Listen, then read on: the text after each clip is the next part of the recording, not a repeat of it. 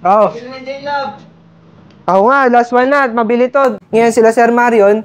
Ayan, sila Sir Marion. Shoutout Sir Marion. Thank you sa pag-avail. Inabil pala nila itong JLab Supreme through home credit. Yan, na-approve sila. Yan, congrats sir, na-approve kayo ng JLab.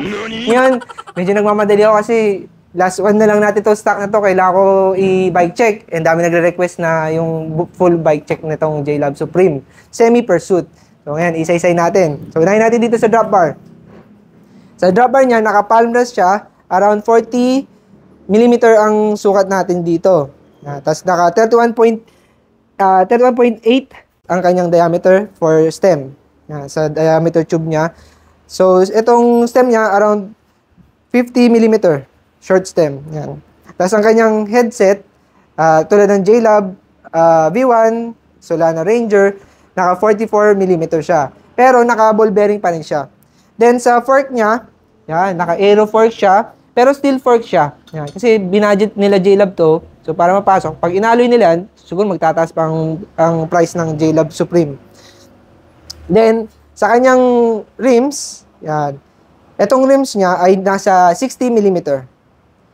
Tapos sa kanyang tires ay Chaoyang tires. Chaoyang Tanwol. Tanwol tires ang tawag dito. Tignan nyo yung kanyang tread. Ang ganda. Ganda ng kapit na itong tread ng kanyang tire. Hindi lang slick siya. Naka ano rin pala to, 24 spokes. Tapos ang nakalagay dito sa kanya hub Neko. Kita niyo ang ganda ng pagka ano ng hubs niya, napakapayat.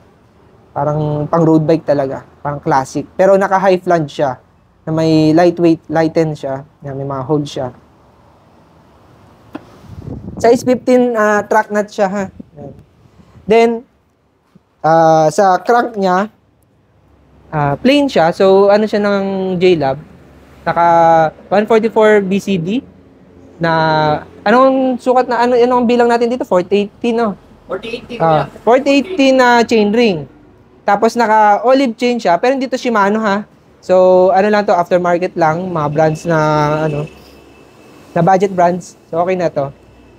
Tapos ang kanyang cag ay 18 teeth, although may kasama pa rin siyang free wheel cag, 17 teeth free wheel cag.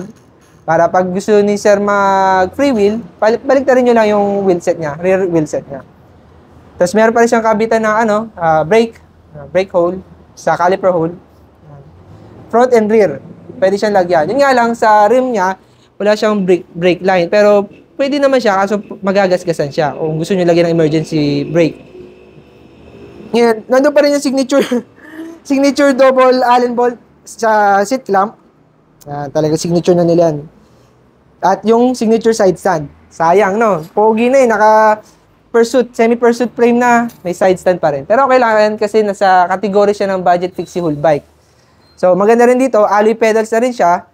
Dito ulit ng pedals ng Solana Ranger at Solana Evolution na plastic, PVC na walang butas. At least ito, pwede lagyan siya ng pedal strap. Ang maganda rin dito, meron siyang free na pedal strap.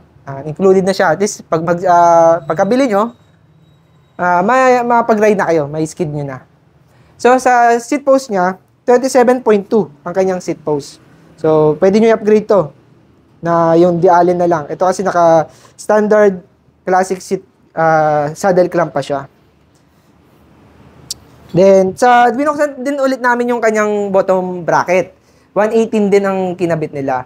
So, sinubukan namin salpakan ng 110. Pero nung sinalpakan namin ng 110, medyo malaki pa yung clearance niya. Malaki pa yung distance niya. Kahit nilipat namin chainring sa likod, nakita namin, kaya pa i-107. Kung i-107 yung bottom bracket, ma-achieve nyo na yung chain line para dito sa geometry ng JLab Supreme Semi-Pursuit. Ayan, ito na ang pinakaabangan nyo. Ang sukat ng kanyang top tube. Take note, one size lang nilabas nila. Ganun naman pag budget fixie whole bike, one size lang lagi ang nire-release. Kasi nga, di nila afford na mag-release pa ng iba-ibang size. Kasi paano pag mabili size 50, tambak ngayon ng mga size 56. So, sayang naman. So, one size lang yan. Pero sukatin natin yung kanyang top tube.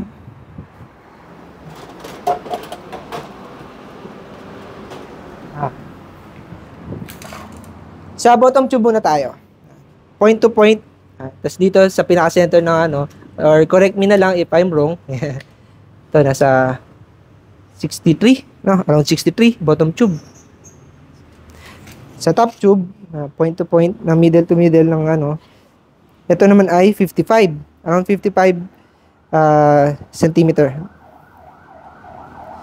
Sa kanyang seat tube, from middle, pinaka-middle dito. Tapos middle din dito, hindi dapat dito sa dulo ng seat clamp. Dito rin siya kung saan nagko-connect ang top tube at seat tube. So, ang seat tube niya ay 55 din. Kailangan na ano kayo salamin eh. Around 54. Around 54. Tapos sa kanyang ano.